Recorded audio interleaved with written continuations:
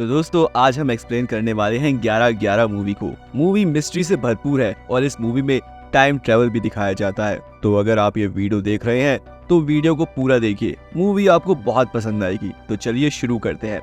Movie की शुरुआत में हमें एक मेला दिखाया जाता है। उस मेले में नाच गाना हो रहा था। नाच गाने के दौरान हम एक आदमी को देखते हैं जो शराब पी रहा होता है। तभी उसका छोटा बेटा आकर उसे 10 रुपए मांगता है गेम खेलने के लिए। उसके पापा उसे 10 रुपए दे देते हैं और लड़का 10 रुपए लेकर उस गेम को खेलकर प्राइज जीतना चाहता था, मगर वो उस प्राइज को जीत नहीं पा रहा था।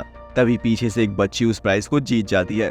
फिर वो छोटी बच्ची उस जीते हुए मास्क को उस बच्चे को देती है, मगर वो बच्चा उस मास्क को नहीं लेता और गुस्सा हो जाता है। फिर वो बच्चा अपने गुस्से को शांत करने के लिए एक कॉटन कैंडी खरीदता है।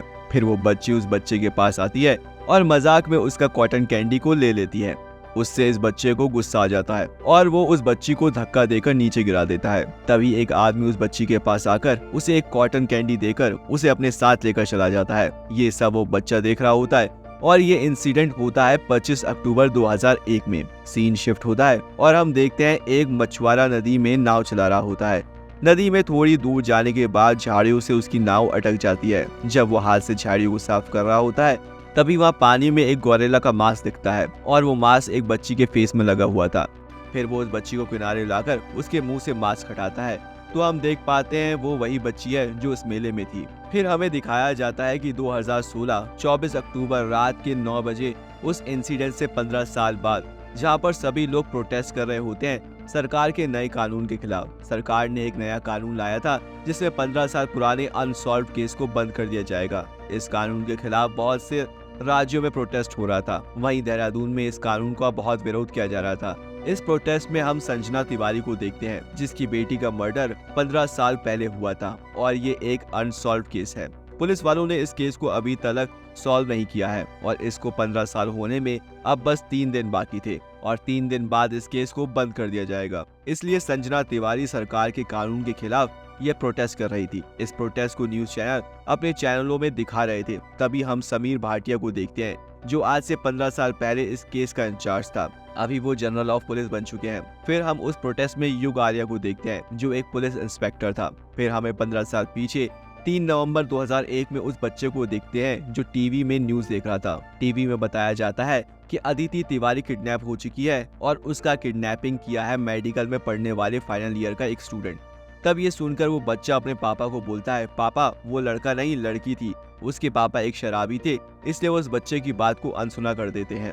दूसरी तरफ हमें फिर 2016 का सीन दिखाया जाता है और जहां संजना तिवारी मीडिया में बोलती है कि जब तक मेरी बेटी के कातिल को ढूंढा नहीं जाता तब तक मैं पुलिस स्टेशन के बाहर आमरण अनशन करूंगी। फिर हमें वामिका रावत को दिखाते हैं जो एसपी थी और वो पुलिस स्टेशन के अंदर जाकर अपने ऑफिसर को कहती है जल्दी से इस अनशन को पुलिस स्टेशन से हटाओ।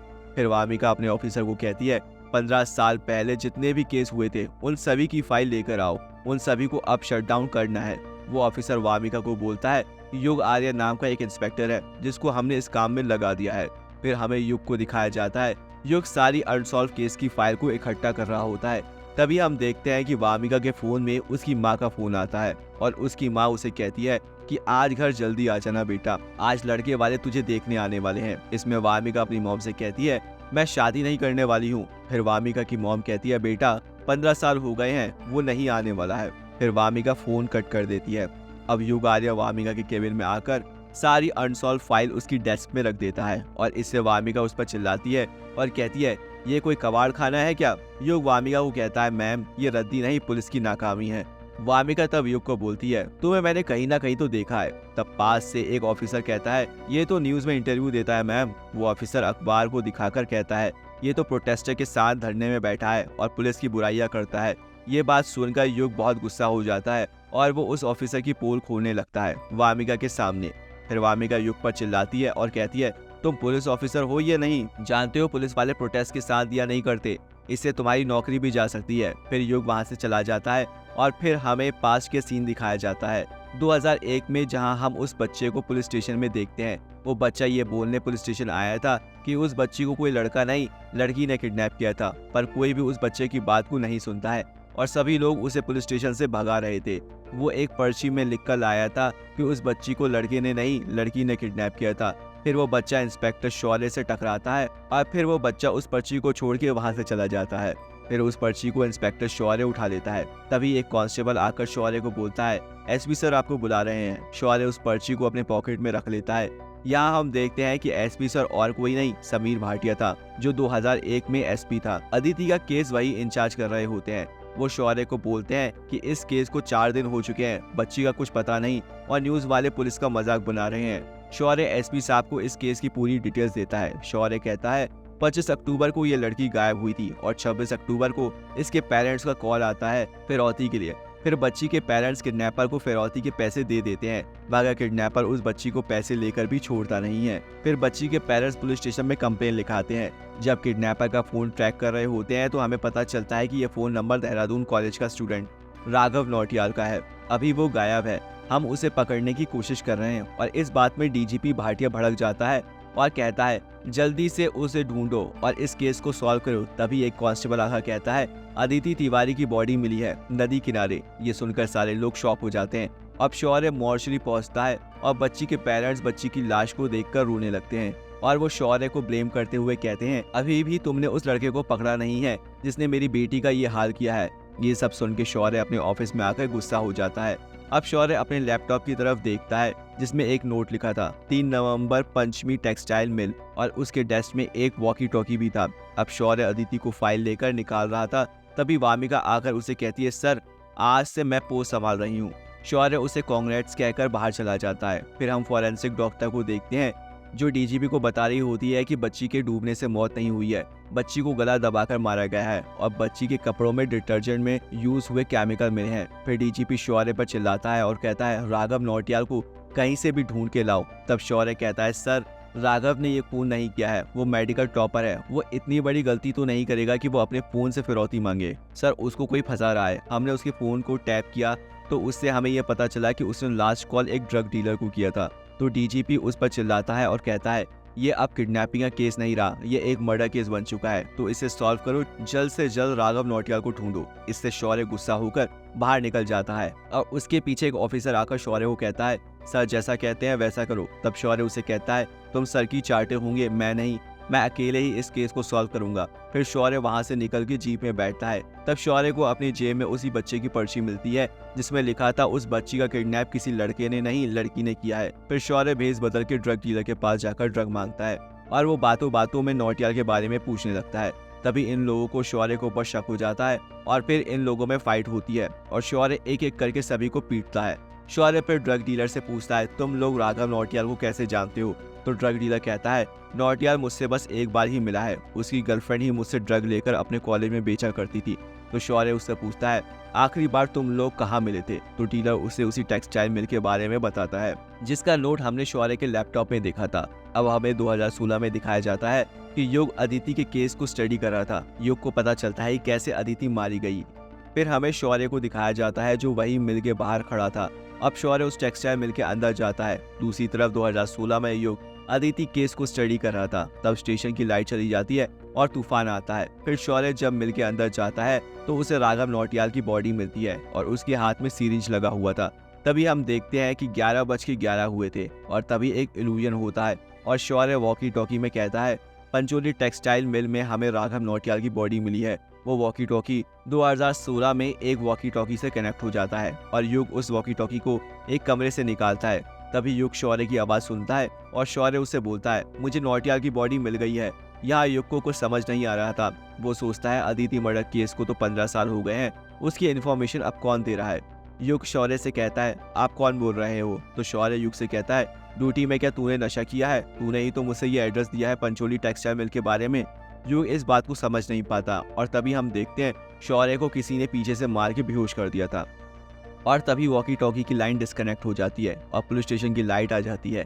तभी एक कांस्टेबल आकर युग से कहता है सर आप खराब वॉकी टॉकी लेकर क्यों घूम रहे हो? तब युग उस कांस्टेबल से कहता है मैंने अभी इससे बात की है शौर्य नाम के इंस्पेक्टर से। तब कांस्टेबल उस वॉकी टॉकी को लेता है और युग को देखता है कि देखो सर इसमें बैटरी भी नहीं है, तो आप कैसे इससे बात कर सकते हो? ये देख के युग को शौक लगता है और वो उस मिल के बारे में पता करने के लिए उस मिल के सामने पहुंच जाता है। मिल कब की बंद होने के कारण खंडर हो चुका था। अब युग इस मिल के अंदर जाता है और उसे मिल में एक स्केलेटन मिलता है उस स्केलेटन को देखकर युग डर के भाग के मिल के बाहर आ जाता है। इसी के साथ इस वेब सीरीज का पहला एपिसोड एंड होता है।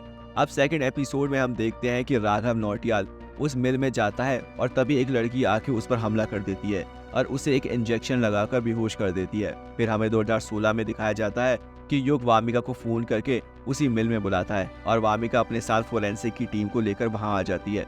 वामिका युग से पूछती है, तुम्हें कैसे पता चला कि यहाँ एक बॉडी है? तो युग उसे कहता है, मुझे एक क्लू मिला था। युग वामिका को कहता है, मैडम इस स्केलेटन का डीएनए राघव नौटियाल के डीएनए से मैच करना पड़ेगा। ये बात सुनकर वामिका चौंक जाती है।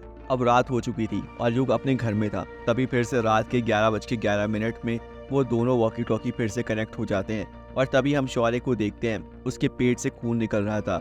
युग शौर्य से पूछता है, आप कौन हो और अदिति मर्डर केस के बारे में आपको कैसे पता चला? तो शौर्य फिर बताता है, मेरा लास्ट ट्रांसमीटर है, नेक्स्ट ट्रांसमीटर तुम्हें 1990 वाले से करना पड़ेगा। मैं अब नहीं रहूंगा, तो मुझे इस कनेक्शन के बारे में याद दिलाना और मुझसे कांटेक्ट करते रहना। मतलब शौर्य समझ गया था कि ये ट्रांसमीटर कैसे ना कैसे कनेक्ट होता है और तभी कनेक्शन टूट जाता है। अब युग पुलिस स्टेशन आकर शौर्य के बारे में पूछताछ करने लगता है और शौर्य के बारे में किसी को भी नहीं पता था। इसके बाद फॉरेंसिक डॉक्टर वामिका को बताती है कि हमने स्केलेटन के साथ राघव के डीएनए मैच किया है। वो डीएनए मैच हो गया। ये स्केलेटन राघव नौटियाल की है। राघव ड्रग के ओवरडोज की वजह से मर गया है। ये मर्डर है। अब वामिका युग के पास जाकर उससे पूछती है, ये स्केलेटन राघव का है, तुम्हें कैसे पता चला? तब युग कहता है, अदिति को किसी लड़के ने नहीं, लड़की ने किडनैप किया था। और यहाँ हमें पता चलता है जो बच्चा अदिति को किडनैप होते देख रहा था वो युग ही था। इसलिए युग आज भी अदिति के कातिल को ढूंढने में लगा है। फिर हमें डीजीपी को दिखाया जाता है जिसे राजेंद्र जुवाल नाम का उसका जूनियर अदिति मर्डर केस का डीएनए रिपोर्ट दिखाता है। रिपोर्ट देखकर डीजीपी खुश हो जाता है और वो कहता है वो स्केलेटन राघव का था और इससे ये साबित होती है कि पहले उसने अदिति को मारा और गिल्ट में आकर खुद की जान ले ली। पर जुवैल का मानना था कि शौर्य एकदम सही था, राघव ने अदिति का मर्डर नहीं किया था।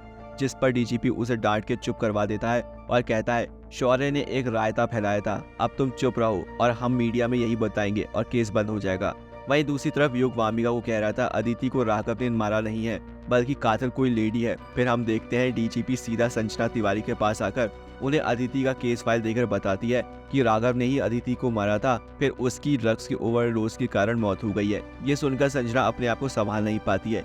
ये न्यूज जैसे युग टीवी पर देखता है वो सीधा भागकर आके बाहर मीडिया को बताता है कि राघव ने कोई मर्डर नहीं किया है बल्कि ये मर्डर करने वाली एक लड़की है जो कि उस समय 20 साल की थी और वो अभी 35 या 36 साल की होगी, जो राघव के साथ ही मेडिकल कॉलेज में थी और जो हॉस्पिटल में काम कर रही होगी। हमारे पास उसके खिलाफ सबूत भी हैं। तब युग के साथ ही उसे आके ले जाते हैं। फिर जैसे डीजीपी युग का न्यूज देखता है तो वो गुस्सा हो जाता है और जुवाल को कहता है देखो कौन है ये लड़का। अब जैसे जुवाल युग को आकर डांटने लगता है तब वामिका जुवाल को समझाती है कि युग ने सही किया है, क्योंकि अगर मीडिया वाले डीएनए रिपोर्ट की छानबीन करेंगे तो उन्हें सच पता चल जाएगा और इससे डीजीपी की बदनामी होगी। फिर युग जुवाल को कहता है सर अदिति को किडनैप करने वाली एक औरत थी। युग को लगता था वो लड़की राघव की गर्लफ्रेंड है जिसने नशे की लत के चलते अदिति को किडनैप किया ताकि उसे पैसे मिल जाए। फिर उसने राघव के नंबर से फिरौती के मैसेज किया और जैसे राघव को ये बात पता चली वैसे वो अपने गर्लफ्रेंड को रोकने गया। तभी डर के मारे राघव की गर्लफ्रेंड ने राघव को ड्रग्स के ओवरडोज देकर मार दिया। फिर वामिका कहती है सर हमने पुराने रिपोर्ट चेक किए हैं, वो लड़की अभी नर्स होगी। तब जुवाल कहती है हम इस नर्स को कैसे पकड़ेंगे? तब युग कहता है मैंने जानबूझकर मीडिया में कहा है कि हमारे पास उसके खिलाफ सबूत है। यह न्यूज़ देखकर वो जरूर हॉस्पिटल में अलग बिहेव करेगी और उसके साथ ही ये देखकर जरूर पुलिस को फोन करेंगे। तभी पुलिस स्टेशन में एक कॉल आता है जिसमें कॉल वाला कहता है हमारे हॉस्पिटल में पुलिस का न्यूज़ देखकर एक लड़की भाग गई है। फिर वामिका जुवाल से कहती है एक बार हम उस कातिल को पकड़ लें तो हम उससे सच कबूल करवा लेंगे। फिर ये लोग एक एक करके सभी हॉस्पिटल में जाकर चेक करते हैं पर कातिल उन्हें नहीं मिलता। फिर एक आखिरी हॉस्पिटल में ये लोग देखने जाते हैं जहां उन्हें एक नर्स कहती है कीर्ति नाम की एक नर्स न्यूज़ देखकर चली गई। फिर पुलिस वाले उसके लॉकर की तलाशी लेते हैं जिसमें उन्हें अदिति केस का न्यूज़पेपर की कटिंग मिलती है। तब पुलिस वाले वामिका को इसका फोटो भेजते हैं और ये फोटो देखकर युग कहता है मैडम ये खूनी होगी। इसके बाद वामिका कीर्ति को पुलिस स्टेशन लाने को कहती है और यहाँ हमें ये भी पता चलता है कि अदिति का केस बंद होने में बस 7 घंटे हैं। अब कीर्ति को पकड़ के पुलिस स्टेशन लाया जाता है और वामिका उससे पूछताछ करती है पर कीर्ति उन्हें बताती है कि मैंने कोई खून नहीं किया है। फिर गुस्से में युग कीर्ति के पास आकर उसे चलने को कहता है, जिसे देखकर युग वामिका को कहता है मैम ये वो लड़की नहीं है क्योंकि कातिल लंगड़ा के चलती है। तभी हमें एक नर्स को दिखाया जाता है जो लंगड़ा के चल रही थी और उस नर्स ने कृति के नेम प्लेट को ऋतु भट्ट नेम प्लेट से चेंज कर देती है, यानी असली खूनी ऋतु है जो पुलिस को चकमा दे रही है। यहाँ युग कृति के लॉकर का फोटो देखता है तो कृति बताती है ये तो ऋतु भट्ट का लॉकर है। फिर युग कहता है मैम ऋतु पुलिस स्टेशन के आसपास ही होगी। ये लोग सीसीटीवी में ऋतु को देख लेते हैं और जैसे ये लोग ऋतु को पकड़ने बाहर भागते हैं तभी ऋतु कार लेकर भागने वाली थी कि तभी वामिका ऋतु के कार के सामने आकर उसे रोक देती है और यहीं पर एपिसोड दूसरा एंड हो जाता है। अब तीसरे एपिसोड में हमें दिखाया जाता है कि 2001 में ऋतु अदिति तिवारी की लाश को डैम से फेंक के चली जाती है। अब 2016 में वामिका ऋतु से पूछताछ करना शुरू करती है पर ऋतु कॉन्फिडेंस से बोल रही थी मुझे कुछ भी नहीं पता। और तभी वामिका ऋतु को कहती है राघव के चश्मे में खूनी का खून लगा था और डीएनए रिपोर्ट से ये साबित हो गया है कि ये तेरा ही खून है। ऋतु वामिका से कहती है अगर इस पर मेरा खून लगा रहता तो तुम मुझे अभी तक जेल में डाल चुके होते। फिर युग डीएनए रिपोर्ट का पता करता है जिसे आने में थोड़ा टाइम लगेगा। फिर युग एक फाइल लेकर ऋतु को डराने आ जाता है और कहता है लो डीएनए रिपोर्ट आ गई है और अब तू अपना जुर्म कबूल कर ले। फिर ऋतु जैसे फाइल को खोलती है वो सादा पेपर था। खैर अब 12 बज चुके और अदिति का केस बंद हो चुका था और ऋतु वहां से उठकर जाने लगती है क्योंकि ये केस अब बंद हो चुका है। फिर फॉरेंसिक डॉक्टर वामिका को फोन करती है और कहती है ऋतु का डीएनए मैच हो गया है। फिर वामिका डॉक्टर से कहती है अब हम उसका कुछ बिगाड़ नहीं सकते हैं क्योंकि ये केस क्लोज हो गया है। तभी वामिका का एक टीम मेंबर उसे आके कहता है कि हमें राघव के कपड़े से एक टोल प्लाजा की रसीद मिली है। इससे ये साबित होता है कि राघव 28 अक्टूबर को जिंदा था, यानी कि राघव का केस बंद होने में अभी भी एक दिन बाकी है। इसके चलते ये लोग ऋतु भट्ट को राघव के मर्डर केस के इल्जाम में अरेस्ट कर लेते हैं। अब ये लोग अदिति का केस को कुछ नहीं कर सकते हैं। तभी संजना तिवारी आकर ऋतु पर सारा गुस्सा निकालती है और वामिका संजना को संभालती है। ऋतु भट्ट को राघव के मर्डर के लिए सजा मिलती है और इस मर्डर को सॉल्व करने के लिए वामिका की बहुत तारीफ होती है। फिर ये केस सॉल्व होता है। जो सरकार ने कानून लागू किया था 15 साल वाले सभी अनसॉल्व केस को बंद कर दिया जाएगा। सरकार इस कानून में फेरबदल करते हुए ये कानून बनाती है कि सिर्फ क्रिमिनल केस ही चलेंगे 15 साल के ऊपर। ये सुन के संजना खुश हो जाती है और तभी युग अदिति के फोटो के सामने आकर बहुत रोता है। दोस्तों ये तो मूवी का एक पार्ट था, इसका दूसरा पार्ट और भी सस्पेंस और थ्रिल से भरपूर है। तो आपको अगर इसका दूसरा पार्ट देखना है तो दोस्तों मेरे चैनल को सब्सक्राइब कर लीजिए क्योंकि जल्द ही मैं इस मूवी का दूसरा पार्ट लेकर आऊँगा। तो चैनल को सब्सक्राइब और बेल आइकन को भी दबा दीजिए। Thank you so much.